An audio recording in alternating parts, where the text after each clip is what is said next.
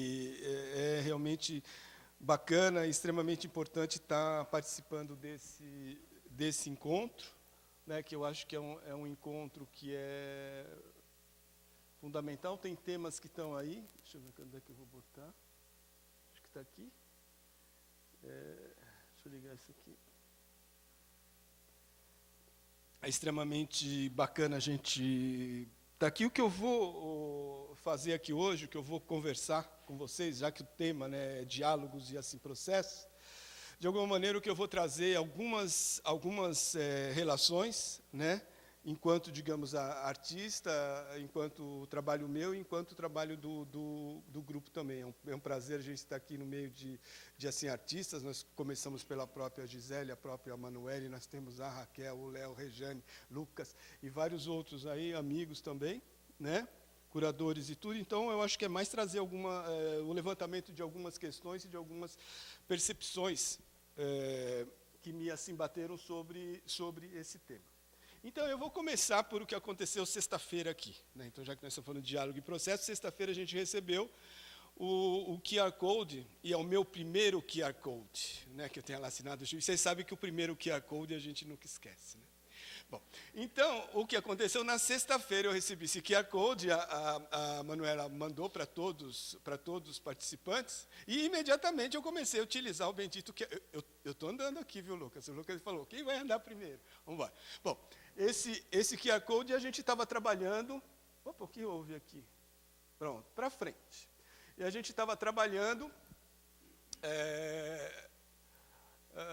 num trabalho que está lá em Brasília agora. Esse trabalho se chama Encontros, né? Acho que tem muito a ver, inclusive, com o tema que nós estamos trabalhando aqui, que está lá no 11 Arte. Então, é a 11ª manifestação dessa mostra que está tendo em Brasília, que é o evento que está ocorrendo no Museu da República.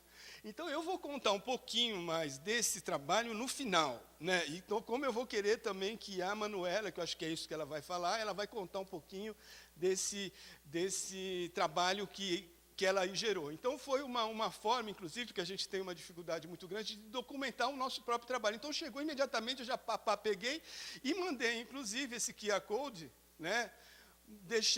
Eu distribuí com os grupos do próprio trabalho, para que eles também usem isso daí e comecem de lá, assim, Brasília, onde eles estão agora. Aliás, esses últimos dias têm sido bastante corrido para eles e para a gente também, para a gente finalizar esse bendito trabalho, que é o nosso jeitinho de, digamos, trabalhar. Aí vocês estão vendo, são as nossas próteses poéticas. A gente vai falar um pouquinho delas aqui também, que é essa relação entre o analógico e o próprio digital. Então, está aí o grupo, né? Membros aí do grupo, alguns deles estão aqui, o Dario está aí também.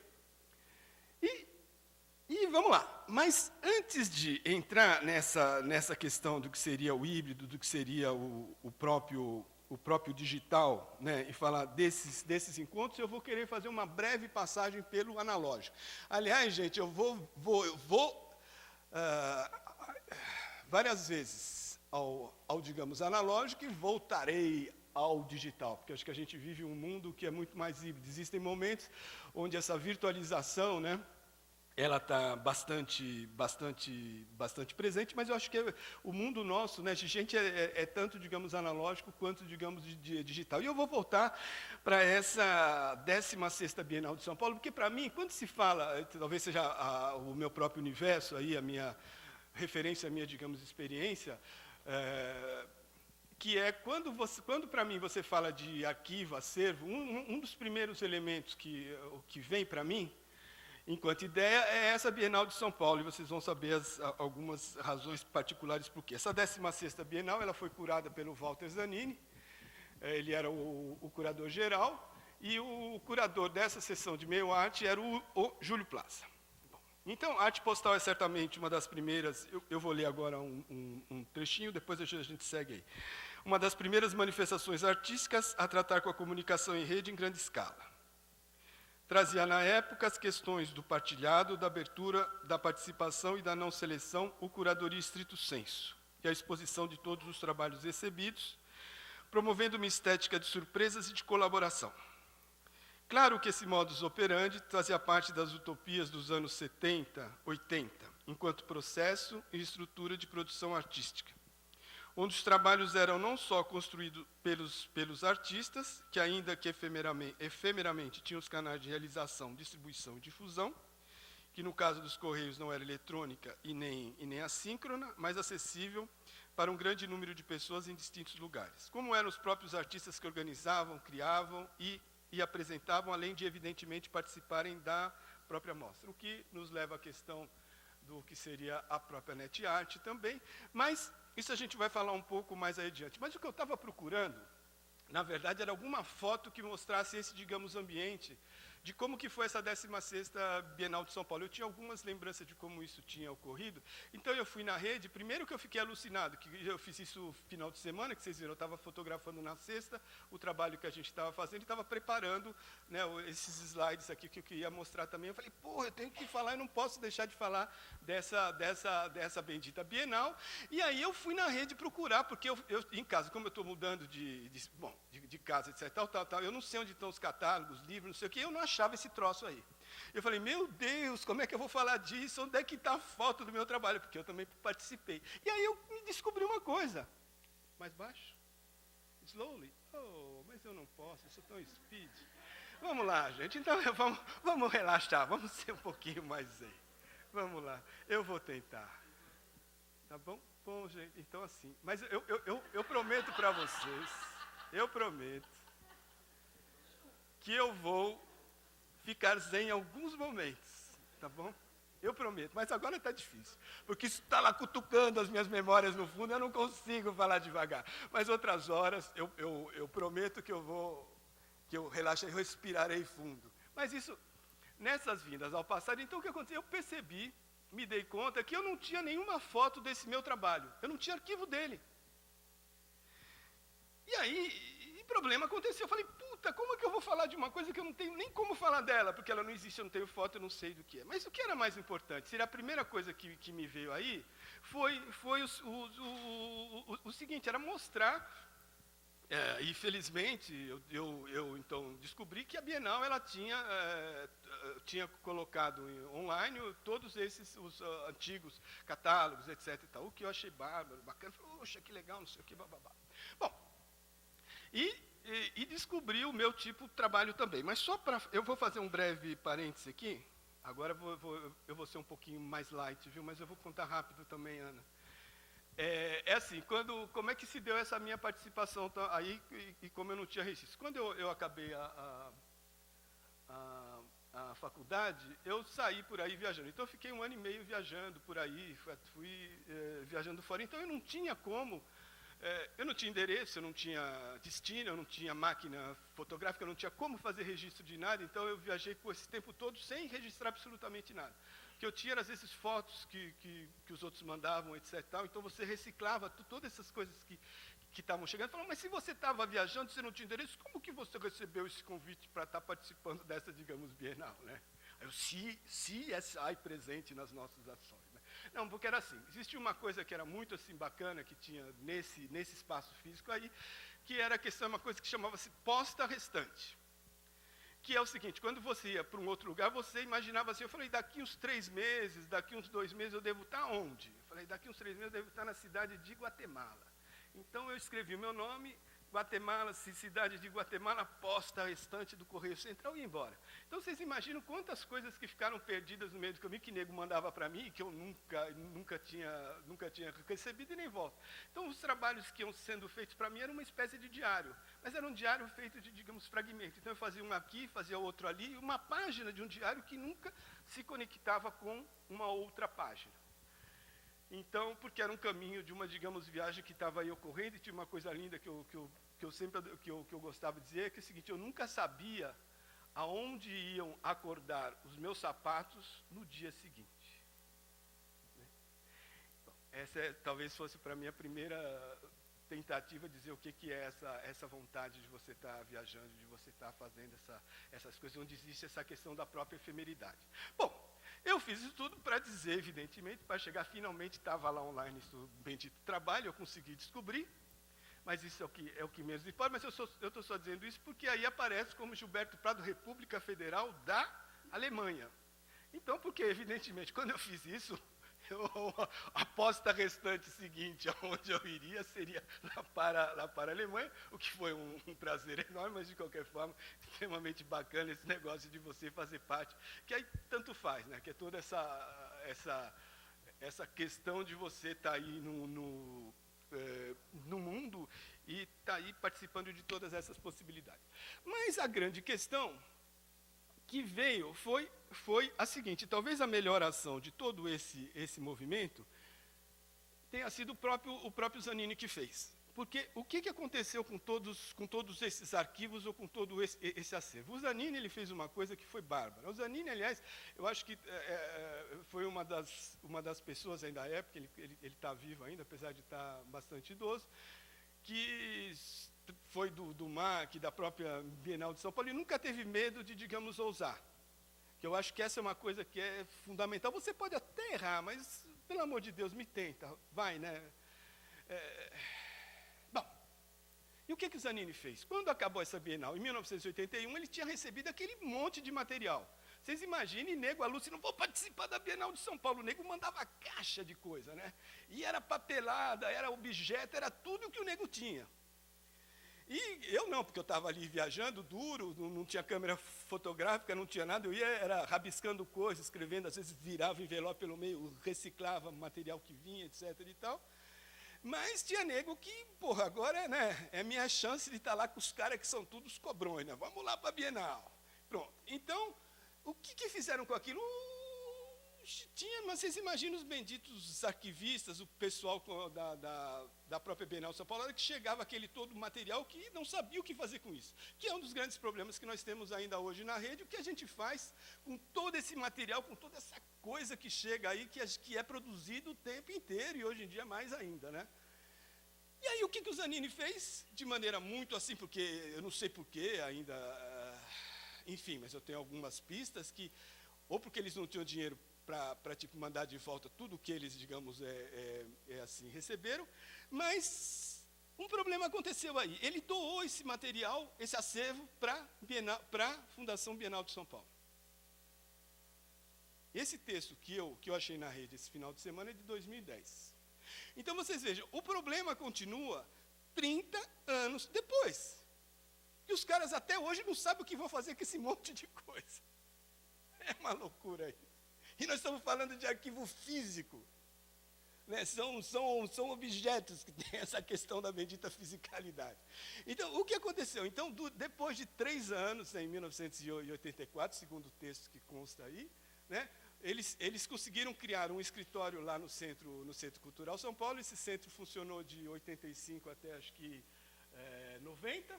Inclusive, voltei lá algumas vezes, nesse mesmo período. E, inclusive, eu soube que esse meu trabalho ele não existia mais, como vários outros. Ou porque alguém tinha pego, ou porque tinha desaparecido, etc. Mas tanto faz. Mas o fato é que, para mim, esse trabalho ele só existiu nessa documentação e não tinha nada dele, a não ser isso. E essa lembrança do que tinha sido essa mostra, aquele monte de gente, aquela coisa toda lá espalhada. E o que acontece até hoje, veja bem, depois de 30 anos, dizem aí, depois de uma conturbada relação, o que faz, o que não faz com isso, ninguém sabe o que fazer com esse material. Então, o Zanini, o que ele fez? Isso ele botou um verdadeiro cavalo de Troia, isso aqui nem um vírus. Ele inoculou esse vírus dentro do que seria a própria Bienal de São Paulo, falou, segurem essa bomba aí com vocês. E o que eles iam fazer? Vocês imaginam se os caras eles iam jogar isso tudo no lixo? Eles iam jogar fora? Como é que você vai fazer isso com os artistas? Aliás, eu acho que é uma coisa que a gente deveria fazer isso. A gente, enquanto artista, muitas vezes reclama que ninguém fica, né? Onde estão os nossos trabalhos? Cadê os trabalhos de arte mídia brasileira nas nossas instituições, nos nossos museus, etc. Acho que a gente, em vez de fazer de novo, Occupy, né? Ocupe Bienal, ocupe não sei o que, a gente coloca tudo lá fora e diz assim, agora se vira, meu, tá aí, é de vocês, presente, leva. Né? E aí eles vão ter que se preocupar como que eles vão fazer com isso, como que eles vão reciclar, como que eles vão trabalhar, como que eles vão catalogar, de que maneira eles vão trabalhar com tudo isso. Por isso que eu acho bárbara também essa questão E aí eu vou trazer mais algumas outras questões, já que nós estamos falando de rede, dessa quantidade de dados, passar de maneira bastante rápida. Depois, Gisele e Ana, vocês me avisem, né? Que eu estou tipo acelerando, eu sei que você está controlando a minha velocidade de fala, né? Que eu tenho que, ou quando eu estiver muito rápido, você fala assim, vai lá, aí eu vou tentar ficar zen, tá bom? Bom, mas, e a hora que você fala, agora chegou o seu tempo, aí eu fico bravo e falo, não, só mais 5 minutos. Não, então, já para a gente lembrar, essa questão de lembrar a primeira manifestação de, digamos, o web art na Bienal de São Paulo, em 1989, foi curadoria do Ricardo Ribemboim e do Ricardo Anderhaus. E por que eu estou pegando? Claro que a gente poderia pegar vários outros exemplos, etc. e tal, mas o que eu estou querendo pegar aqui é o momento em que esse tipo de, digamos, trabalho, que são trabalhos não ortodoxos, entre aspas, esse digamos, ortodoxo, ou são não convencionais no mundo da arte, como que eles entram, como que eles geram esse atrito no meio dessas grandes instituições? Então, eu estou pegando o caso particular daqui do próprio Brasil. Então, o que o Ribemboim e o Anderhaus fizeram aí, eles criaram algumas palavras, alguns conceitos chaves, e pegaram alguns artistas em assim, alguns tópicos, e a partir disso, outros artistas foram se linkando, foram se conectando nesses conceitos que eles haviam estabelecidos. Então, está mais ou menos próximo daquele conceito que a gente estava aí falando até agora, que é esse negócio de uma digamos, adesão. Claro que você vai falar, mesmo a própria meio lático comunista, então qualquer um pode participar. Não é bem assim, é quem está envolvido com aquela história. Sempre tem uma rede que vai se tramando, que vai se formando. Né? E isso é uma coisa bastante interessante, como que isso se multiplica, esse efeito multiplicador, que não é tão extenso, que não é tão vasto, mas, de alguma forma, ele retrata esse pensamento, essa vontade de trabalho nesse tipo de, digamos, manifestação. Também, em seguida, já em 2000, na 25ª Bienal de São Paulo, a gente tem com a curadoria do Rudolf Freeling, que estava aí, eu não sei se está aqui agora ou não, já foi para São Francisco, né? Para o mundo, é uma pena, mas ele e a Cristine Mello fizeram esse outro trabalho de assim, curadoria que foi super bacana, interessante, mas aí já era uma outra maneira de você trabalhar isso. Então, eles fizeram uma série de, digamos, filtragem, eles selecionaram, eles trouxeram algumas poéticas, e com isso eles tentaram afinar, né, esse nosso olhar e trazer uma outra leitura para alguns tipos de, digamos, manifestação. O que é também uma prática extremamente bonita. Foi um trabalho bastante bacana e bastante sensível dos dois para quando eles fizeram esses recortes. Tá aí, então, tem vários artistas que estavam aí participando. Tinha a Gisele, que está aqui, né? Cecine Pazonaik. Bom, e tem o Lucas e vários outros amigos, tem a Regiane, que está ali, vários outros também. Eu também. Então, aí começa a surgir um outro problema quando a gente sai dessa questão dessa fisicalidade, que é a questão de como é que você vai trabalhar com determinados trabalhos. Porque existem trabalhos que, de alguma forma, precisam ser refeitos, precisam ser releitos. Por exemplo, o meu trabalho aí, Deserto Desejo, era um ambiente virtual multiusuário. Então, para que ele continuasse rodando, etc. e tal, tem um monte de história, mas eu não vou contar isso agora, que não cabe, né? A menos que a Ana me dê mais uns 20 minutos, ela não vai dar. Então, o que acontece é que há essa necessidade de você refazer determinados trabalhos, ou eles precisam de, digamos, atualização. Quer dizer, então, a gente se depara com alguns problemas, né? E quando eu estava, por exemplo, nesses dias vendo esse tipo de, digamos, problema, existem alguns tipos de trabalho que não estão aí, ou que não sofrem desse tipo de, digamos, problema, como é o caso do próprio Jodi, que desde que eu vi naquela documenta de Cássio, que é uma verdadeira, ainda é um trabalho extremamente bonito, né? Mas ele, pela própria estrutura, ou o grupo mesmo vai refazendo e refazendo esse mesmo trabalho e mantém essa constante que foi uma vontade deles de continuarem trabalhando, de continuarem insistindo nesse mesmo trabalho, que é ele mesmo que vai se aí mostrando o tempo inteiro dentro desse mesmo caminho. Então, essa questão que surge aí, o que a gente faz? A gente, que já surgiu aqui algumas vezes, a gente atualiza ou não? A gente refaz esse mesmo trabalho. Como que a gente conserva esses mesmos trabalhos? Né, que a gente tem uma dificuldade enorme. Mas aí tem do ponto de vista do, digamos, artista, eu acho que tem uma questão que é, digamos, interessante, pelo menos eu percebo assim, que existe um grande número de, digamos, artistas, que a gente não tem tempo, ou vontade ou energia para se dedicar a essa conservação, a essa restauração, a esse refazer esses mesmos trabalhos o tempo inteiro, porque você está muito mais no que seria a lógica, como falou de manhã o nosso amigo hoje cedo, nessa lógica de reciclagem. Você pega um trabalho, você pega uns pedaços dele, aliás, eu vou falar isso daqui um pouco, quando a gente vier falar das próprias amoreiras, como que você recicla, porque você não tem aonde colocar isso, o que você faz? Então você faz que nem o Frankenstein, você arranca um pedaço de um, cola no outro e vai fazendo outro, porque você quer, que nem andar de, digamos, bicicleta, você não pode parar. Você pode falar rápido, você pode andar rápido, depende se você cansa ou não, mas se você parar, você cai.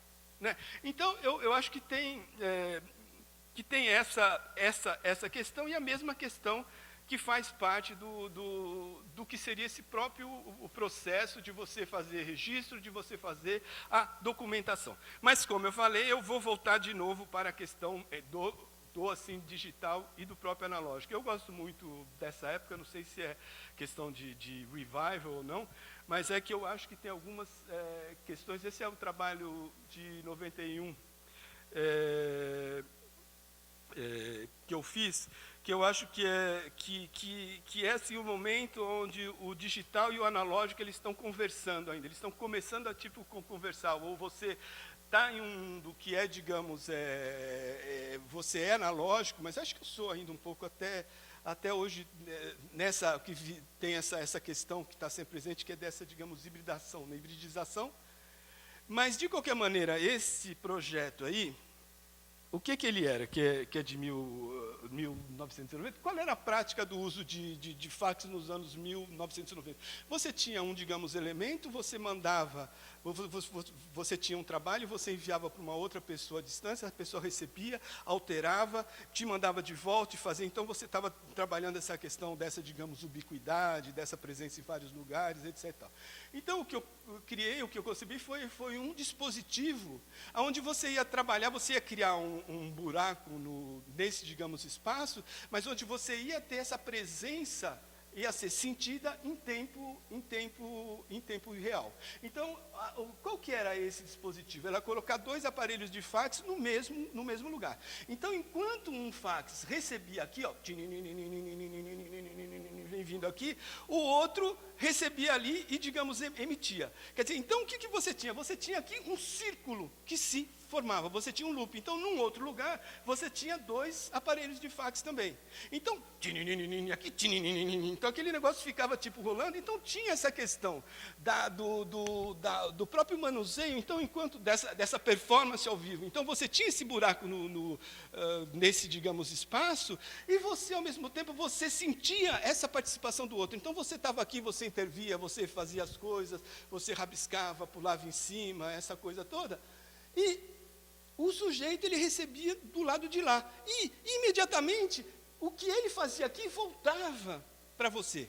Então, nessa circularidade, você ia compondo um layer em cima do outro, onde tem toda a questão do próprio analógico, você está construindo, você está trabalhando com a mão ali mesmo, mas você está completo, como se você tivesse com aquela outra pessoa ali, trabalhando nessa simultaneidade. Então, você sente nesse mesmo trabalho essa questão dessa presença do tempo e essa presença do outro que está ali junto com você. Bom, esse trabalho, no final, ele foi, digamos, exposto em uma galeria, como vocês estão vendo, e era um papel térmico. Então, o papel do fax, o que acontece com ele? Quando ele entra em contato com a luz, etc. e tal, com o tempo, esses traços, eles simplesmente desaparecem. Né? Então, o que aconteceu? Então, ao invés de colocar nessa, digamos, exposição como os outros trabalhos, etc. e tal, ele foi colocado como no teto, perto do que seriam as luzes. Ou seja, quando acabou aquela exposição, todos os traços que tinham sido deixados nesse rolo não existiam mais. Então, o papel voltou de novo a ficar branco. Isso é zen, não é? Então, tá. Então, é isso, essa volta que é uma coisa... Então, essa questão do que seria esse dispositivo, ou uso desses, digamos, instrumentos, é uma coisa que, particularmente, eu assim, gosto muito, e acho que é uma coisa que a gente vive muito hoje ainda. Infelizmente, como tipo registro, a sorte é que eu trabalhava com a Karen O'Rourke, que também fazia parte do grupo, chama Arte Rede Arrezo, né? Lá na França, em Paris, e ela era fotógrafa dessas compulsivas colecionadoras de assim, elementos arquivistas, inclusive, e ela tinha essa foto, porque se não fosse ela, a gente não teria foto nenhuma, o registro desses eventos. E essa é essa exposição, né, onde foi lá exposto, a foto que foi feita, e como vocês podem ver, tem um monte de caixa de, digamos, arquivo ali na exposição. E esses arquivos, o que eram os arquivos, se não todo esse material que a gente recebia de vários cantos, ou o material que a gente acumulava antes da gente trabalhar, ou de fazer esses mesmos trabalhos. Bom, então, antes eu vou passar uma outra questão também de forma bastante rápida, que trabalha bem essa questão de passagem do analógico para o digital, que é esse processo, esse trabalho que chama-se Telescanfax, né? Que até a Gisele, a gente já conversou um pouquinho, mas era uma maneira de você, com esses scanners de mão, você ler em tempo real as imagens da própria televisão. Então, quando você lia isso, você tinha que passar devagarinho, né, para você ler. Então, quando você lia essas imagens, tinha que ser muito calmo, muito tranquilo. Essas imagens você transmitia por uma placa fax modem, acho que isso nem existe mais, e a pessoa ela recebia do lado de lá essas imagens transformadas. Eu fiz esse trabalho para uma exposição que o CAC estava organizando lá no Rio de Janeiro. Essa exposição chamava-se Fax Elástico. Bom, o que é interessante dentro desse tipo de processo, é uma outra coisa que eu não estou fazendo ultrassom em ninguém, na própria televisão ali, como vocês podem ver, mas é uma coisa que realmente me interessa bastante, vou usar em outros lugares, é esse deslocamento do corpo de quem está fazendo ou de quem está trabalhando dentro ou vendo esses próprios aí trabalhos. Então, as questões que começam a surgir daí é questão de notação e protocolo. Né? Então, só desculpa, eu falar o nome desse, digamos, trabalho, dessa série, eu não mostrei o que deu nisso, né? Deu isso aqui. Chamava-se A Vendedora de Ferros de Passar Roupa. Por quê? Porque eu passava as minhas tardes em Paris vendo programa de televenda. Porque para fazer esse processo, como tinha todo o tempo de passagem, tinha que ser um tempo lento, eu precisava pegar alguém que ficasse em frente à televisão, com aquele discurso que o cara não mexe. Então, nada melhor do que uma vendedora de ferro de passar roupa. Eu encontrei a minha modelo preferida, né, a minha ação, então eu passava as minhas tardes nessa parte, gravando esse tipo de digamos, trabalho. Então, a questão de notação e, digamos, protocolo vem daí. Para a gente perguntar, quando os cientistas eles vão fazer digamos, experiências, eles elaboram protocolos. Né, e que muitas vezes é a questão, o que a gente faz com todos esses procedimentos? Né? O que é mais importante aí também, quando você vai fazer o resgate desse mesmo material? Será que é o trabalho que o CAC recebeu no Rio? Eu nem sei como que ele expôs lá. Será que é essa imagem aqui, esse papel que chegou para ele via fax? Ou será que é todo, digamos, procedimento que vem junto? Né? Será que o público, a hora que ele está vendo aquele trabalho lá, essa imagem, que está aí, que está fragmentada, né, que ela traz o tempo nela, o tempo está inscrito nessa mesma imagem.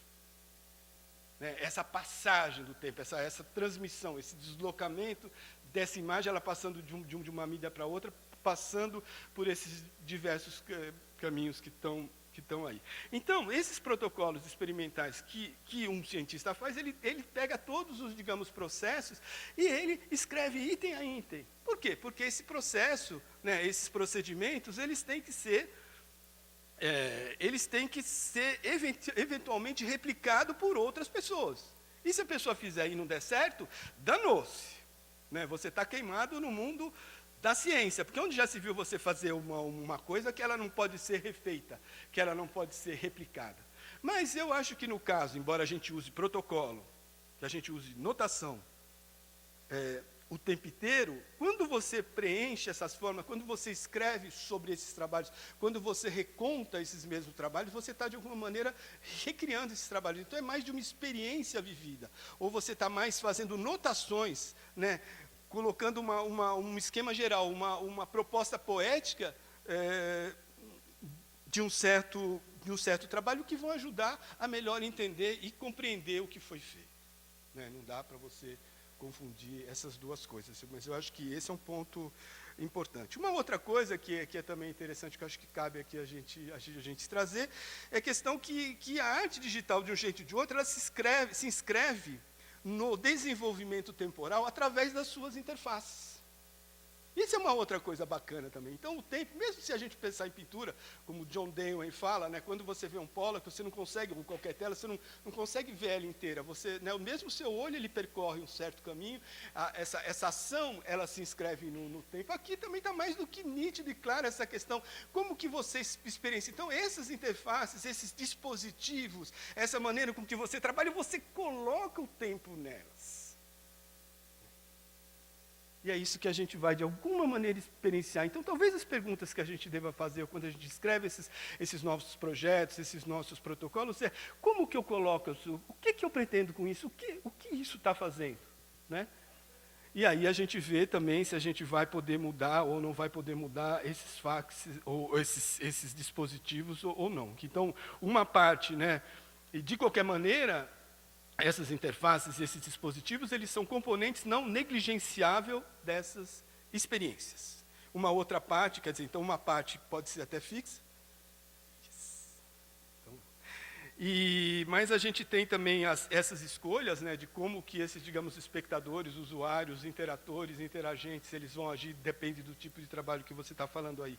Como que eles vão atuar com esses dispositivos. E uma outra questão, são questões da própria manipulação material, ou seja, bug, isso acontece de montão, pane do próprio material, envelhecimento do software, e etc. e tal. Ou seja, cada vez que você faz esses mesmos trabalhos, a cada nova ocorrência, você tem que repensar essa mesma relação.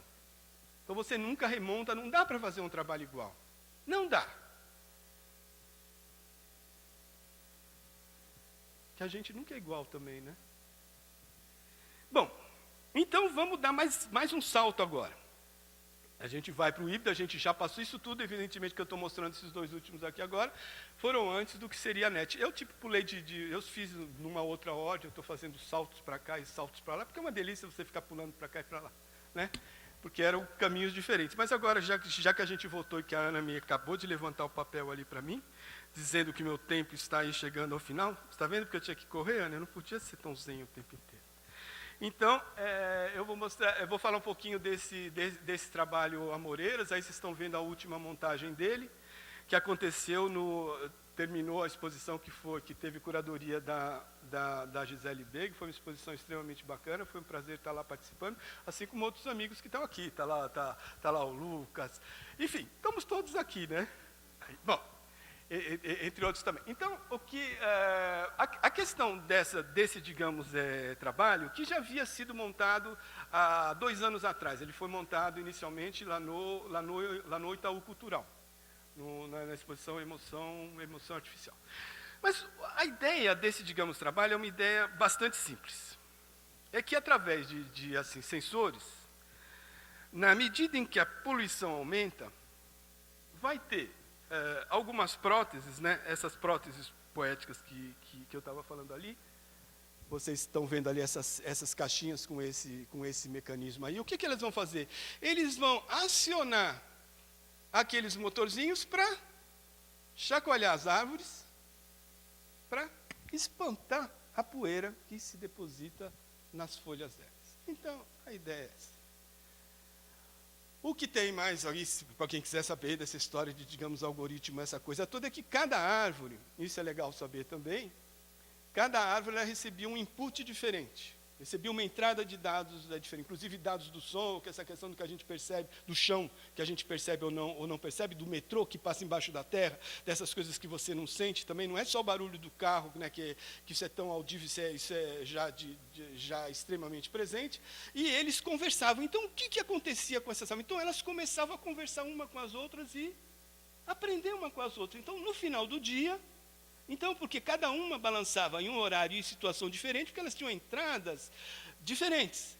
Só que no final do dia, o que você tinha? Você tinha um balé mecânico, cibernético. E as árvores elas começavam a chacoalhar, depois que elas começavam a conversar uma com as outras. Bom, então o que chacoalhava ela não eram só esses motores, mas eram também o sistema, mas o próprio vento que vinha. Então, o que foi remontar esse mesmo trabalho 2 anos depois? Quando a gente foi remontar isso no Itaú, a gente não tinha absolutamente mais nada, tudo já tinha sido canibalizado, a gente não tinha mais elemento nenhum, tinha caixa, teve que comprar tudo de novo, tiveram que gastar a maior grana. Mas o maior problema, então vocês estão vendo a gente montando as caixinhas de novo, fazendo, o grupo, né? Porque isso tudo é um trabalho de grupo, evidentemente, né? Mas o maior problema para a gente não é mecânico e nem é cibernético, quando a gente foi montar esse trabalho de novo. Mas era a gente encontrar as árvores no tamanho e no momento certo. Porque eu não ia aceitar fazer essa exposição num outro momento que não aquele. Então, coincidiu. Quando a Gisele ela convidou, falou, vocês querem fazer a Monet? Eu falei, espera aí, quando que vai ser? Ah, em julho. Opa, maravilha, é isso que pode ser. Porque ela só poderia acontecer. E por quê?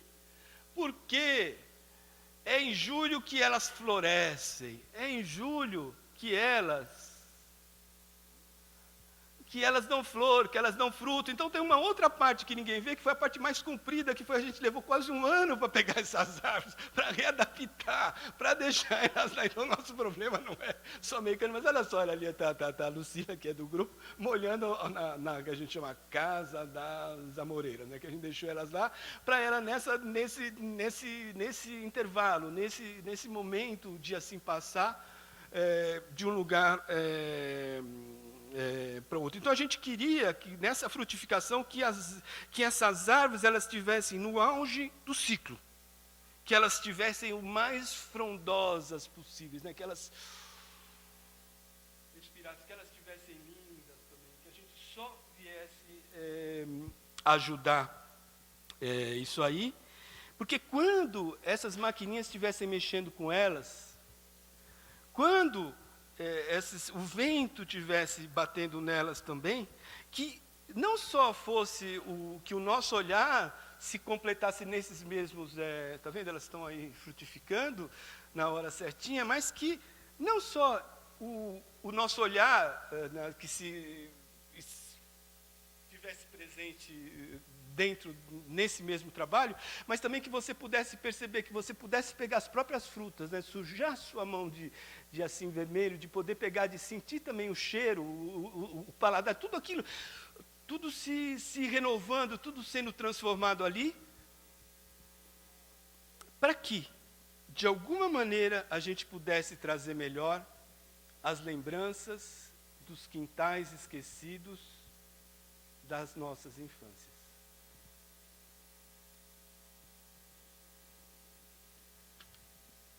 Bom, essa exposição acabou mais ou menos umas 2 semanas, e o que a gente fez? Não me levanta o papel que eu acabo em 5 minutos.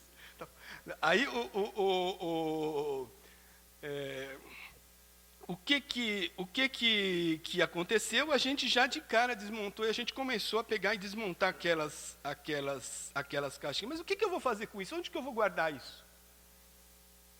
qual a instituição que vai querer esse, digamos, trabalho? Então você distribui uma vai para a casa de um amigo, uma vai para alguém que curtiu muito, enfim, eu não vou dizer o nome de algumas pessoas, eu quero essa, eu quero uma, eu tenho onde levar, vou. Mas é difícil, então você não bota ela de novo lá na natureza, pega as nossas caixinhas, a gente começou a canibalizar tudo de novo, porque felizmente a gente tinha um outro trabalho para fazer, que era o lá de, digamos, Brasília, mas a gente teve que passar o bisturi naquelas caixinhas, abrir, a gente teve que cortar um monte de coisa para pegar esse mesmo material. Nós estamos fazendo a bendita reciclagem lá. Bom, então aí o trabalho que se segue, que é esse que nós estamos fazendo, que a gente começou a mostrar esse outro aí, vocês estão vendo, né, essas madeiras, essas peças aí que a gente começou a compor.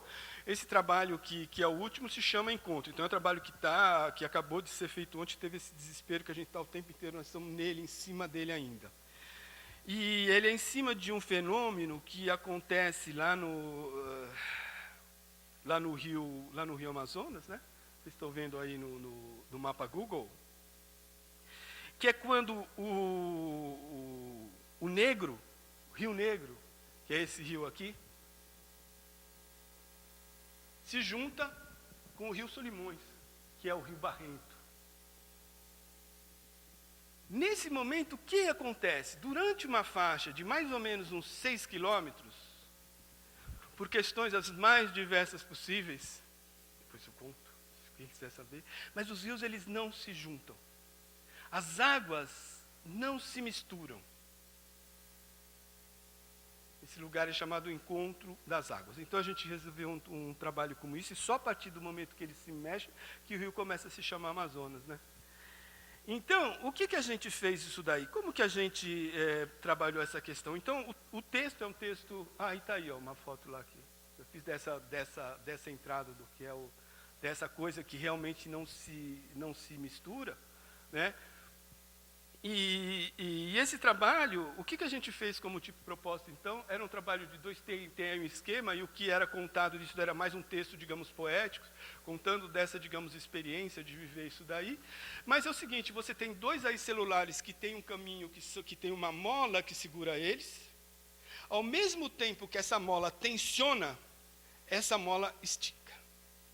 Então, de um lado, tem um, digamos, aparelho, e nesse aparelho, o que você vai ver os vídeos, né? Então você tem vídeos dos 2 lados. De um lado você tem os vídeos com águas negras, né? E do outro lado, você tem essa outra tonalidade distinta, que é de assim, um outro lado, e eles vão tentar se, digamos, encontrar. Mas, ao mesmo tempo que esse dispositivo que você tem, essa mola que está aí, essa mesma mola que tensiona, essa mesma mola que faz com que eles se encontrem, é a mesma mola que impede que eles se encontrem, que eles se misturem. Então, é que nessa água que está aí, né? Então, nesse trabalho, o que nós estamos falando aí? Nós estamos falando dessa impossibilidade do encontro. Você caminha junto, você vai para o rio, você vai para o mar. Mas você não se mistura, é impossível você estar junto, mas não tem como você se confundir. Então, vocês viram o começo do processo, eu estava desesperado, eu estava até comentando com a própria Manuela, que estava lá o problema, não conseguia me mandar a imagem. Então, eu trouxe até uns croquis do trabalho, que eu falei, preciso apresentar alguma coisa, porque eles não mandavam a imagem, que eles estavam com problema de sinal lá, e o trabalho não estava terminado ainda, ele acabou hoje. Eu trouxe alguns aí croquis, como que a gente estava discutindo. Então, de um lado, de um dos celulares, os dados eles funcionam com o quê? Um daqueles lados funciona com a variação da maré. Então, um lado, o que faz ele se aproximar ou se afastar são os ciclos da água. São os ciclos lunares. São os ciclos da lua. E o outro, o que move? O que faz aquele outro se mover? É quantas vezes a palavra encontro, em diversas línguas, ela é acessada. Então, através do Google, a gente pega o número de vezes que aqui a palavra encontro, né, em várias línguas, ela é buscada. Então, a gente faz com que essa relação, digamos, aconteça. Mas, felizmente, hoje chegou aí, né? Está aí o trabalho que vocês viram, eles começaram a fazer, que eles estavam montando lá. E tá aí. Mas eu fiquei numa dúvida enorme a hora que chegou essa imagem digamos, trabalho que está aí terminado, nessa montagem, que eu super adorei, esse negócio dessa possibilidade, dessa não, digamos, aproximação, esse contato. Mas eu tinha preparado uma outra imagem antes, se ela não, chegasse, né? Porque a gente tem que fazer isso, porque senão vocês iam me matar aqui se eu só ficasse falando. E eu, de novo, trouxe a imagem dessa daí, que é essa imagem que eu queria terminar com ela também, que é o que fica dessa nossa, digamos, experiência, dessa impossibilidade desse, digamos, encontro, é desse chegar junto. Quando eu fui lá, quando eu tive nesse mesmo local, qual foi a primeira vontade que eu tive de fazer? Foi de pular no meio da água. Foi de ficar ali naquele meio, onde de um lado era o Negro, do outro lado era o Solimões, que são águas que têm densidades e temperaturas diferentes. Só nesse meu mergulho, é só nesse instante que eu consigo estar nas duas. É só eu ali no meio que eu consigo viver essas duas relações ao mesmo tempo. Então, eu acho que é isso que um trabalho de arte ele busca trazer, né? É aquele momento em que você mergulha na água, é esse momento único em que você se banha na água, né? Em que você está de um lado e você está do outro, você está do lado de cá, você está do lado de lá, você está junto, mas cada um é um. Obrigado.